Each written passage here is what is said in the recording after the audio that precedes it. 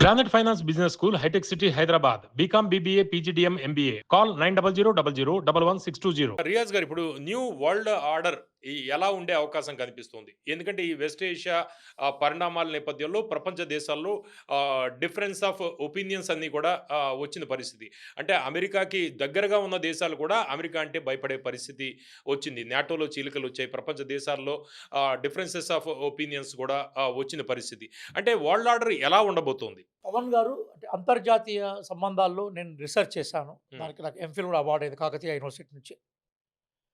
World order ఎప్పటికీ గతిశీలంగా ఉంటుంది, డైనమిక్‌గా ఉంటుంది.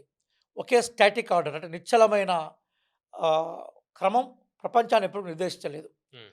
మనకు మొదటి ప్రపంచ యుద్ధం, రెండో ప్రపంచ యుద్ధంలో బహుధ్రువ ప్రపంచం ఉండేది. అంటే ప్రపంచంలో అనేక దేశాలు ప్రపంచాన్ని శాసించే పరిస్థితి ఉండేది. రెండో ప్రపంచ యుద్ధం అయిపోయిన తర్వాత అది ద్విధ్రువ ప్రపంచంగా మారిపోయింది. అమెరికా, రష్యాల మధ్య కోల్డ్ వార్ స్టార్ట్ అయింది. అవును. 1990లో సోవియట్ యూనియన్‌గా మనం అభివర్ణించిన యుఎస్ఎస్ఆర్ చీలిక శత్రువు దాడి ముక్కలైపోయింది. చేయకముందుకే ఆత్మహత్య చేసుకొని అంతరించిపోయింది. ముక్కలైపోయింది. అప్పుడు ప్రపంచం 15 దేశాలుగా యుఎస్ఎస్ఆర్ అవును. ఏర్పడింది. అప్పుడు ప్రపంచం మొత్తం కూడా దాదాపుగా 30 సంవత్సరాల నుంచి 1990స్ అనుకున్నప్పుడు దాదాపుగా 30 ఏళ్ల నుంచి ఏకధ్రువ ప్రపంచం స్టార్ట్ అయింది. ఆ ఏకధ్రువ ప్రపంచంలో అమెరికా ఆడిందే ఆట, పాడిందే పాట. అందుకోసమే డంకెల్‌కి సంబంధించిన నిబంధనల్ని అమెరికా రూపొందించింది. హ్మ్. ఆ డంకెల్ నిబంధనల తర్వాత వరల్డ్ ట్రేడ్ ఆర్గనైజేషన్ రూపంలో, ఒప్పందం రూపంలో ప్రపంచ దేశాలన్నింటిని అలా తీసుకుంది. అంతకుముందు మల్టీ ఎక్స్‌చేంజ్ ఆఫ్ కరెన్సీ ఉండేది. మొత్తం ప్రపంచం అంతా కూడా డాలర్ ఆధారిత కరెన్సీ వ్యవస్థ నిర్మించే ఆర్థిక వ్యవస్థలుగా మారిపోయినాయి. డాలర్ శాసిస్తే ప్రపంచం మొత్తం కూడా ఆ శాసనాన్ని అంగీకరించే పరిస్థితి. ఇప్పుడు పెట్రో డాలర్ వెస్ట్ ఏషియా. బేసికల్‌గా అంటే ఇక చాలా ప్రధానంగా కూడా డాలర్ ప్రయోజనాలు కనిపించేది. అవును. కాబట్టి అమెరికా ప్రతిదీ. ప్రయోజనాలే ప్రపంచ ప్రయోజనాలుగా అయిపోయినాయి. ఆ టైంలోనే ఎల్‌పీజీ వచ్చింది. Liberalisation, privatisation, globalisation. సరళీకరణ, ప్రైవేటీకరణ, ప్రపంచీకరణ. ఈ నేపథ్యంలో ఏ మార్పొచ్చినా, ఏ వాణిజ్యం జరిగినా గూడా అమెరికా శాసించిందే ప్రపంచం వినే పరిస్థితికొచ్చింది. హ్మ్. చివరికి ఎక్కడి దాకా పోయిందంటే, ట్రంప్ దాన్ని క్లైమాక్స్ స్టేజ్‌కి తీసుకుపోయినాడు. అంటే ఒకప్పుడు అమెరికా ఫస్ట్ అనే దాన్ని ట్రంప్ వచ్చినాక ట్రంప్ ఫస్ట్ అనే దాన్ని తీసుకొచ్చాడు. హ్మ్. కాబట్టి ట్రంప్ రాకముందుకు అమెరికాకు మనకు మధ్య వాణిజ్య ఆంక్షలు 2%గా ఉన్నది. ట్రంప్ రాగానే ఒక్కసారి 54% తీసుకుపోయి, మళ్ళీ మనం ఏదో ఆయనను దేబరిచ్చినట్టుగా భావించి దాన్ని నేను 18% తగ్గిస్తున్నానని చెప్పి ప్రకటించాడు. చైనా మీద ఆంక్షలు పెట్టాడు. ప్రపంచం మీద ఆంక్షలు పెట్టాడు. అలాగే ప్రపంచంలో ఉండే సహజ వనరులను నాయని ప్రకటించాడు. అక్కడ మనకి చావేస్ మొత్తోల్ని బేసికల్‌గా కిడ్నాప్ చేసి తీసుకొచ్చినాక గ్రీన్‌లాండ్‌ని ఆక్రమిస్తా అన్నాడు. ఫిన్లాండ్‌ని ఆక్రమిస్తా అని చెప్పాడు. నీ బతుకెంత అని చెప్పేసి యూకేనన్నాడు. అట్లాగే ఫ్రాన్స్ అధ్యక్షుడు మొట్టమొదటిసారిగా భార్యతో జరిగే గొడవను పరిష్కరించుకొని ప్రపంచ రాజకీయాలకు రమ్మని శాసించాడు. హ్మ్. కెనడాను ఎగతాళి చేశాడు. ఎవ్వరూ ఏమనలేని పరిస్థితి. ఉక్రెయిన్ తన మద్దతిచ్చే ఉక్రెయిన్ అధ్యక్షుడు జెలెన్స్కీని జెలెన్స్కీని కూడా అవమానించాడు కదా! పిలుచుకొచ్చి అవమానించాడు. అంటే అవును. మీరు చూస్తే ప్రపంచంలో మన భారతదేశం అనేది ఇక దారుణం కదా! అమెరికా మంత్రి వచ్చి భారతదేశం ఏముందంటే అక్కడ ప్రజలు మేము చెప్తే వింటారు.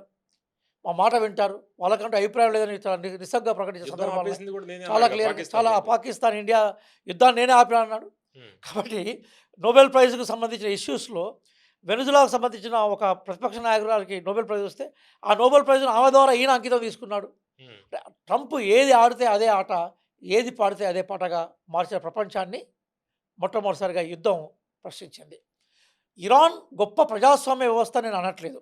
కానీ ఇరాన్ యొక్క ఆహ్, గవర్నెన్స్ డిఫరెంట్‌గా ఉంటుంది. ఎందుకోసం అంటే పక్కనే ఉండే మధ్యప్రాచ్య దేశాలు ఏవైతున్నాయో యూఏఈ గాని, యెమెన్ గాని, ఒమెన్ గాని, సౌదీ అరేబియా గాని, ఇరాక్ గాని, లిబియా గాని ఇట్లాంటి దేశాలు ఏవైతే మనకు కనిపిస్తా ఉన్నాయో అందులో దాదాపు అన్ని దేశాలు ఎక్సెప్ట్ లిబియా ఇరాక్ తప్పితే అన్నీ కూడా రాజరిక వ్యవస్థలే.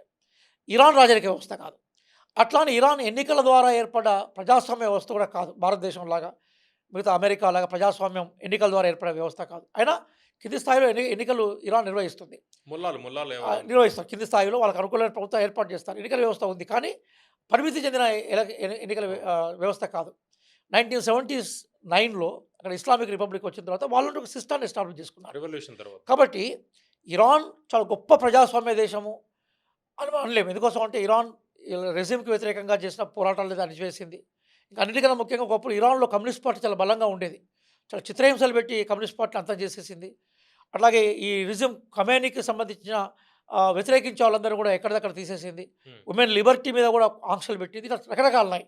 అయినా ఈరోజు ఏమైపోయిందంటే ఇరాన్‌లో ఈ ఇరాన్ రిజిమ్‌కి వ్యతిరేకంగా మెల్లగా ప్రజలు వీధుల్లోకి వచ్చి ఆందోళన చేసే క్రమంలో ట్రంప్ చాలా ఆశ్చర్యం ఏందంటే దాన్ని ఎన్‌క్యాష్ చేసుకొని పోయి వేలెలకన పడిపోయినాడు. అవును. ఇప్పుడు వాళ్ళందరూ సపోర్ట్ యెస్. ఇరాన్‌కి. ఎందుకోసం హ్మ్. అంటే ఎప్పుడైనా గుర్తుపెట్టుకోండి పవన్ గారు, ఒక దేశాన్ని మరొకరొచ్చి నాశనం చేస్తున్నట్టే. హ్మ్. మన కుటుంబాన్ని పక్క కుటుంబమో, ఇంకో కుటుంబం వచ్చి మన మీద దాడి చేస్తారంటే, కుటుంబంలో ఎన్ని తగాదాలున్నా కూడా కుటుంబంతో ఏకమైతా ఉంటుంది. అవును. దాని నిదర్శనమే అవును. నిన్న మనం చూసిన మానవహారాలు.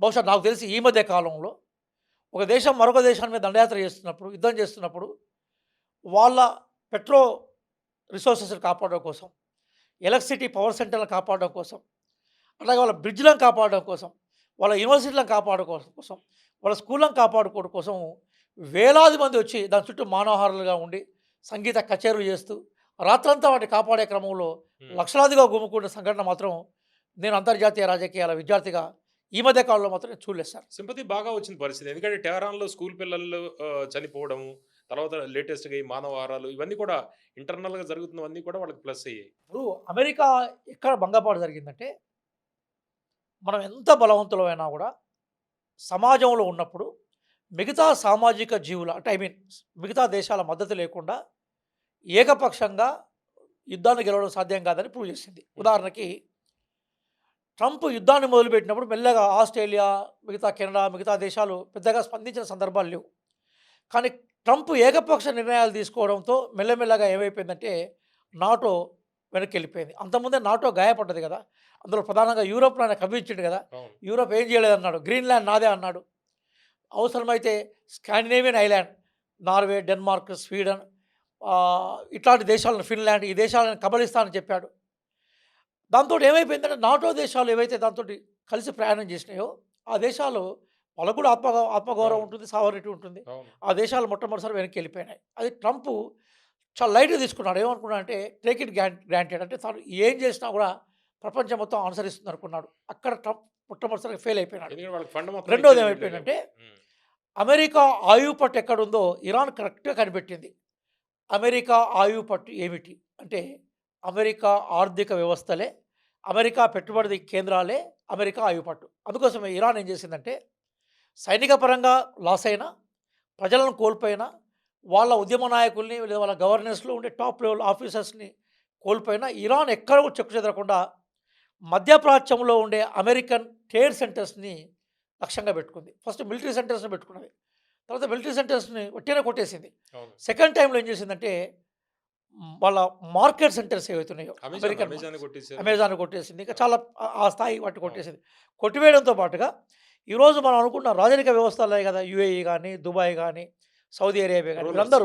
వీళ్ళందరూ అమెరికాలో పెట్టుబడులు పెట్టారు. హ్మ్. అమెరికా వాళ్ళు వీళ్ళ దేశాల్లో పెట్టుబడి పెట్టారు. అవన్నీ స్వర్గధామాలు, ప్రమాదం లేని ప్రాంతాల్లో గుర్తించబడ్డాయి. దుబాయ్ అయితే అద్భుతంగా ఎదిగిన సందర్భాలు మన కళ్ళ ముందునే కనబడుతున్నాయి. 2 దశాబ్దాలు ఎదిగింది.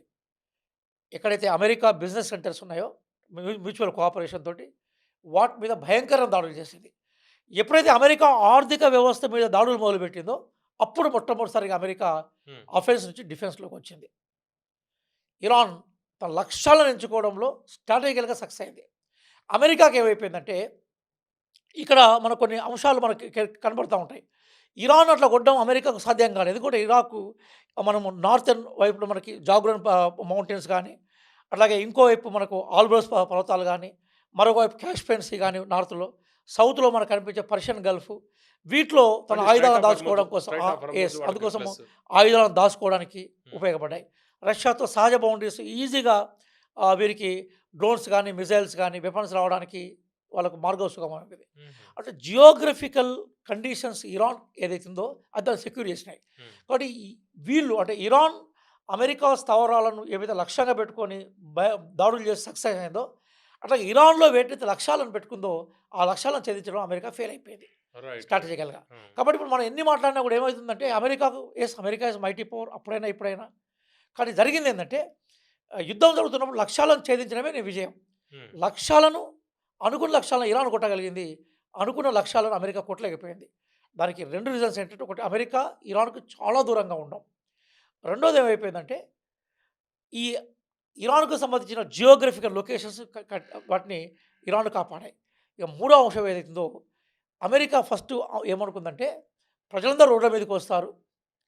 వెనుజులాలో ఎట్లయితే ఆహ్, మనకి చావేజ్ మజోల్ని తీసేసినప్పుడు ఎట్లయితే ప్రజలు కామ్గా ఉండి వాళ్ళ పనుల వాళ్ళు వెళ్ళిపోయినారు, తిరుగుబాటు వస్తుంది అనుకున్నారు. ఇక్కడ జరగలేదు అది. హ్మ్. పైపెచ్చు ఈ తిరుగుబాటుదారులందరూ కూడా రిజిమ్ వైపు వెళ్ళిపోయినారు అమెరికాకు వ్యతిరేకంగా. మనకి ఎక్కడ కూడా కనిపించలేదు.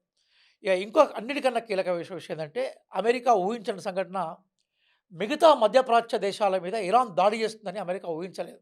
హుహు. అమెరికా అనుకుందంటే ఇజ్రాయిల్ను నేను సేవ్ చేసుకుంటే, ఇజ్రాయెల్ సేఫ్గా ఉంటే అమెరికా సేఫ్గా ఉంటుందనుకున్నది.